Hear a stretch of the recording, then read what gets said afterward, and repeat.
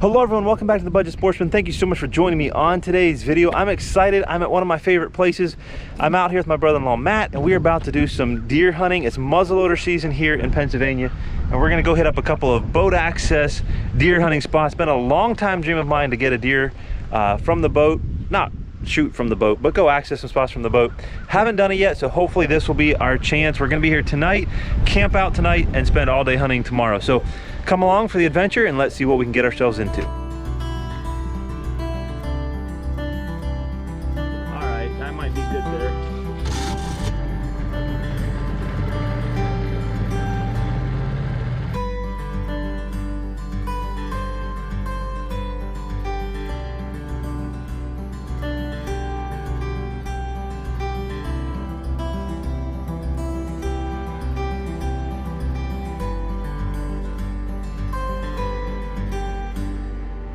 Well, it's about 3:15 now.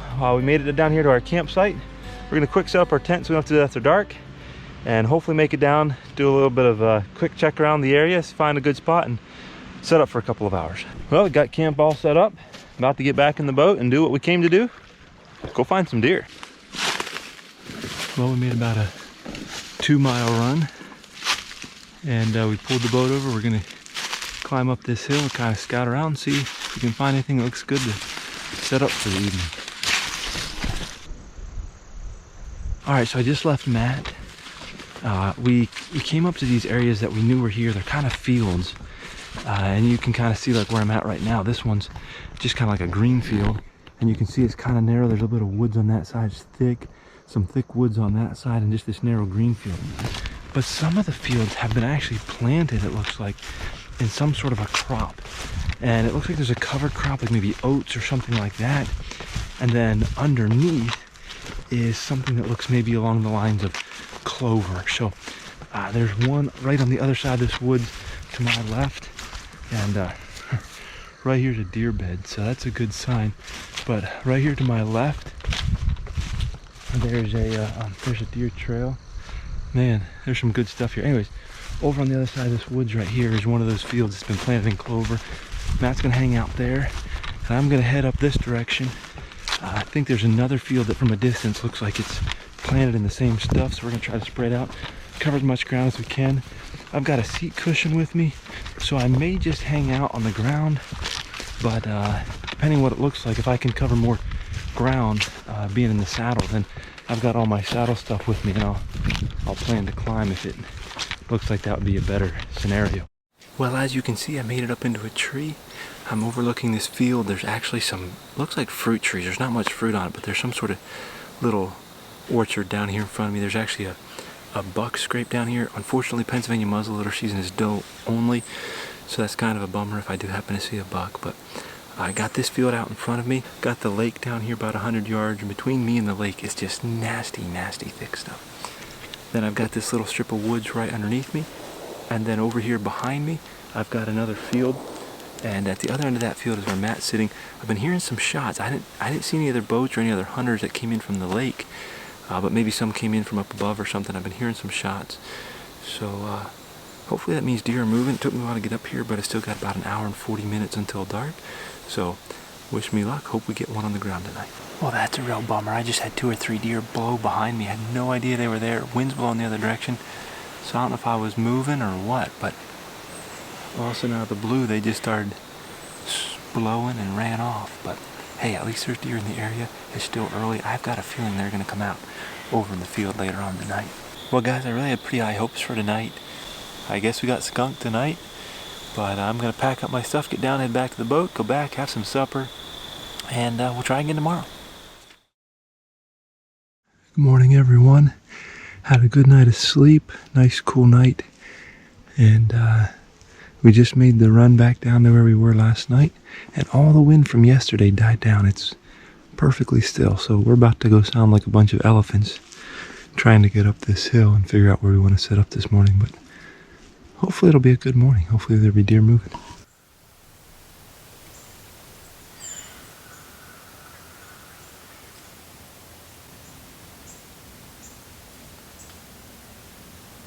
Well, y'all, I've been sitting here a couple hours, about 2 hours now, and the sun's fully up over the mountains, so I just don't really expect to see deer movement out in this field at this point. Haven't seen anything in here either. So I think what I'm going to do is I'm just going to walk around, try to maybe move slow, maybe bump into a deer. But also, basically we just hunted last night and all day today.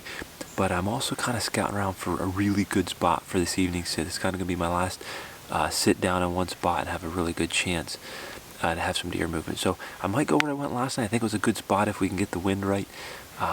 Either way, for now I'm just taking off some of my layers, trying to get into some layers where I'm not going to sweat when I walk. Well, I've been walking for a few minutes now.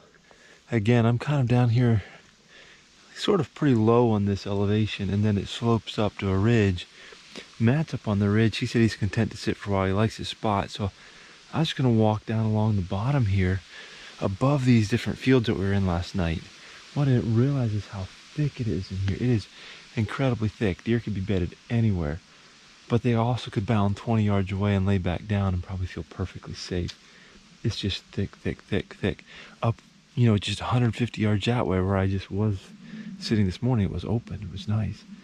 So I think what I'm going to do is I'm going to bounce back down to this field and just kind of look at different entry points. Like right now I'm on this, you can see how thick it is all around me, but right here there's like an old trail or something that looks like the deer might be using. So I'm just going to look for places like that where deer might be coming into these fields and maybe find a place to set up this evening. But ultimately I'm going to make a big loop around and end up hopefully maybe pushing some deer to Matt, or at least meeting up with him in a little bit. But for right now, this stuff is so thick that I'm just not going to be able to go through it. So I'm going to come back down here and try to cover some ground and get where I want to go by going through some of these fields. Well, met back up with Matt. Apparently he saw a couple this morning, but just a little bit too far to get a shot. So we're going to head back to the boat now, kind of try to come up with a new plan. I think we might go kind of double check some places that we were at last year in rifle season to see what they look like in the fall. And got to also take down our tent and go get some lunch at some point, pack up our stuff. That way after the evening hunt we're good to just roll on back to the boat ramp. Would you just look at this place? I love coming here. Look at this view.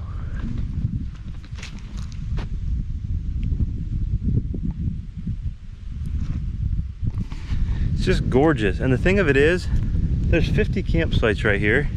And last night there was one other campsite that was taken. And another boat just pulled in over here probably for tonight. But really, if you come this time of year on a weekday, it's just, you got the place to yourself. It's wonderful. Love it here. Well, we went back to the campsite. We had a little lunch and packed up some of our stuff so we're more ready. Then we made about a 1.5 mile run up to the north of our campsite. We're gonna go check out a place we came last rifle season. Had some good sign, but just kind of want to see what it looks like in October.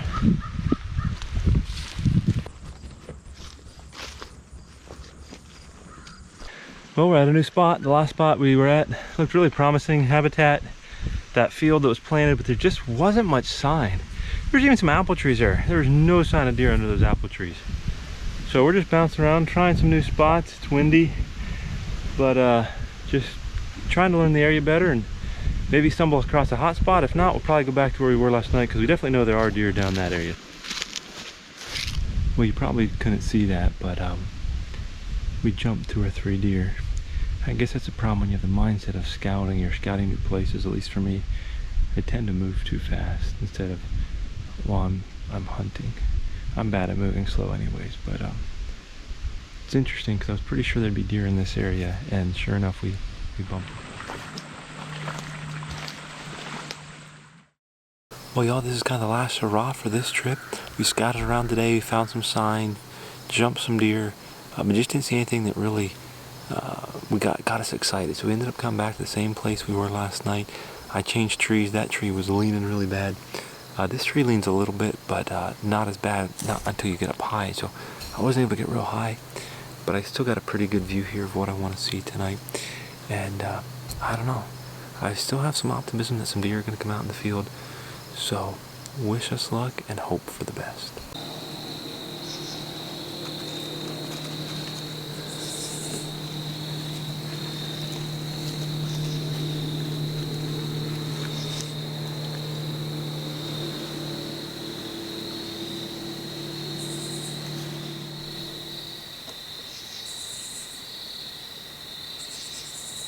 they just had about those, I don't know, probably 5 or 6 deer come out the other end of this field, 200 yards away.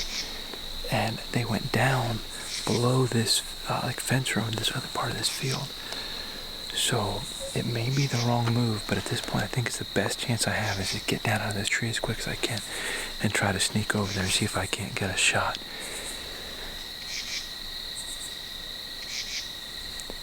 You never know. I just don't think the deer density in this area is high enough to sit around waiting, hoping more deer are going to come out at my end of the field. I think that's what's going to come out for tonight. So I think I've got to make a play on them and try to go get a shot.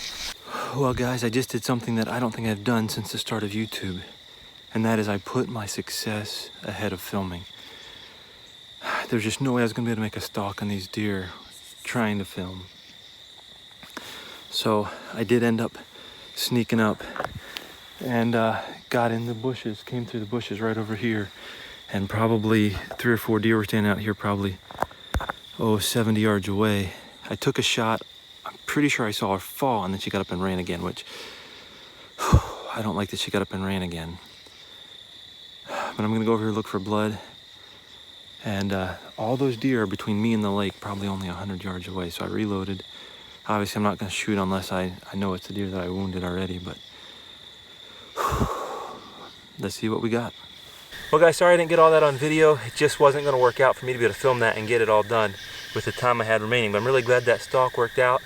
I thought she fell and jumped back up and took off again, and I walked over here and actually she was just laying right here. It's not the biggest doe in the world. We were just talking about it. It's not the biggest doe, but it doesn't look like it's a yearling or something like that. So it looked a lot bigger in the scope at any rate. But I've been wanting to get a deer from a boat access spot for a long time. Finally got it done. And with the muzzleloader that I picked up last year on clearance at Walmart, I've got a video about that. Go check it out. But we got a lot of work to do to get this thing all ready to go. And we got to go pick up our camp gear. We're heading all the way back home tonight, so we got a lot to do. Hope you enjoyed this video. Until next time, remember to get off YouTube and get outdoors into God's great creation.